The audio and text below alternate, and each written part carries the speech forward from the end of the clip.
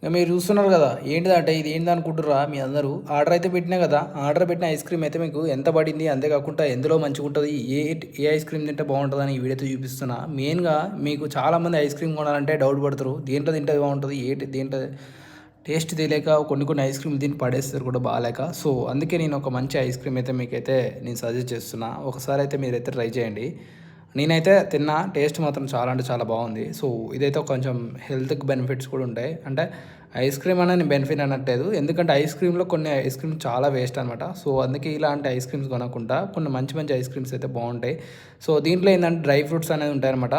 పిస్తా, బాదం, కాజు అన్నీ మిక్స్ చేసి పౌడర్ అవుతుంది అనమాట. చాలా అంటే చాలా బాగుంది. ఒకవేళ మీరు ఒక ఐస్ క్రీమ్ తినాలనుకుంటే ఇలాంటి ఐస్ క్రీమ్ మీద ఆర్డర్ అయితే పెట్టుకోండి.